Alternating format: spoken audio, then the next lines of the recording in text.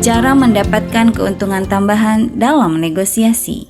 Setelah melalui video-video sebelumnya, Anda memahami bagaimana memperbaiki BATNA, meningkatkan bargaining, serta memahami konsesi dan cara memainkannya dalam negosiasi. Kini tiba saatnya Anda perlu memahami taktik-taktik dalam negosiasi. Secara umum, alur negosiasi itu pertama opening atau pembukaan, kedua probing atau pendalaman informasi.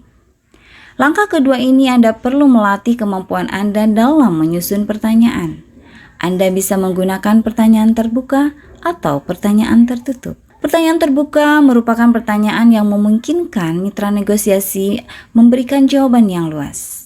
Anda akan mendapatkan banyak informasi terkait dengan hanya menggunakan sedikit kata atau kalimat. Sedangkan pertanyaan tertutup adalah pertanyaan yang membutuhkan jawaban yang sudah pasti atau tidak bisa dikembangkan lebih luas.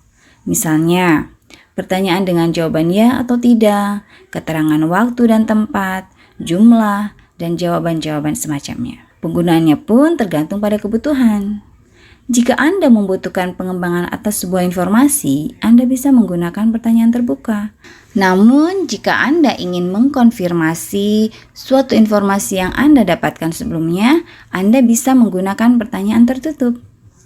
Itulah probing atau pendalaman informasi.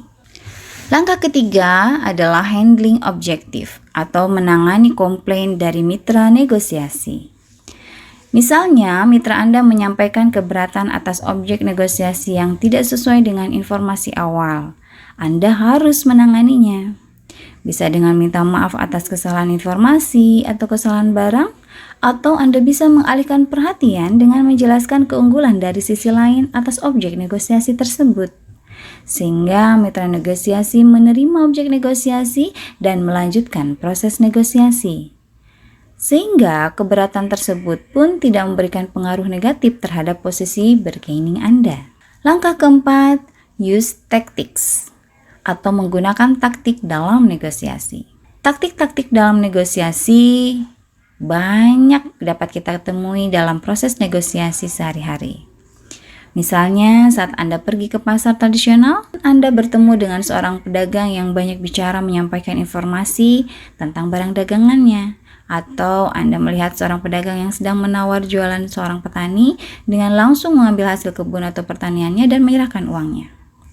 Jika petani itu mengambil uang yang disodorkan, itu artinya harga sudah disepakati. Petani tidak bisa meminta kenaikan harga lagi. Ini salah satu taktik. Jika masih ingin menaikkan harga, jangan sekali-kali uang yang disodorkan itu diambil. Tahan dulu, maka pedagang akan berpikir untuk menaikkan penawarannya. Atau seseorang ketika terus ditawar harganya, kemudian mengeluarkan catatan atau kalkulator, utak-atik catatan atau kalkulator, kemudian mengatakan, wah belum bisa, minta tambah lagi dong. Itu adalah taktik agar dia mendapatkan keuntungan tambahan. Artinya sebenarnya pada angka yang ditawarkan dia sudah dapat keuntungan atau dia sudah sepakat. Tetapi di sini Anda atau mitra Anda bisa mendapatkan keuntungan tambahan dengan taktik tersebut. Berikut beberapa taktik yang bisa Anda lakukan ketika proses negosiasi sudah berjalan dan tiba saatnya untuk bertransaksi atau mengambil kesepakatan, agar Anda bisa mendapatkan keuntungan tambahan. Oh ya, keuntungan tambahan tidak harus berupa uang ya. Bisa dalam bentuk lain, termasuk kepuasan dalam mengambil keputusan dalam negosiasi dan tidak ada rasa penyesalan setelahnya. Pertama, good guy and bad guy. Katakan bahwa Anda bukanlah pengambil keputusan. Alasan ini digunakan untuk merancang permainan good guy dan bad guy. Gunakan kata board committee atau tim. Ini akan memberikan rasa frustasi bagi mereka yang ingin cepat. Persepsi mereka mengatakan proses akan menjadi semakin lama dan panjang. Jika lawan Anda menggunakan taktik ini, 1. Segera katakan bahwa Anda juga memerlukan keputusan tim dari pihak Anda. 2. Tanya siapa yang sebenarnya mempunyai hak memutuskan dan apakah Anda dapat menjelaskannya langsung? Yang kedua adalah ultimatums. Saat Anda menggunakan ultimatum, sebenarnya Anda mengatakan pada pihak lain, take it or leave it. Gunakan taktik ini saat Anda sampai pada titik bawah negosiasi dan tidak ingin terus ke bawah. Namun titik ini sering disebut point of no return. di mana Anda akan kehilangan momen untuk menariknya kembali tanpa mengurangi kredibilitas Anda. Jadi pastikan memang Anda telah berada di limit terbawah sebelum menggunakan taktik ini. Jika lawan menggunakan taktik ini, maka 1. Terimalah jika menurut Anda kondisinya sudah baik untuk Anda. 2. Bluff dan biarkan mereka pergi. Resiko tanggung sendiri. 3. Ingatkan mereka resikonya. Jika mereka nanti kehilangan kesempatan karena ada orang lain yang menginginkan hal yang sama selain mereka. Ketiga, nibbling atau mendiamkan. Tidak melakukan atau menyatakan apapun. Yaitu menunggu sampai saat-saat terakhir dalam negosiasi untuk meminta satu atau lebih pengorbanan atau concession dari pihak lain. Biasanya karena sudah di ujung pembicaraan, pihak lain tidak berfokus pada hal tersebut dan sangat ingin terjadi closing secepatnya.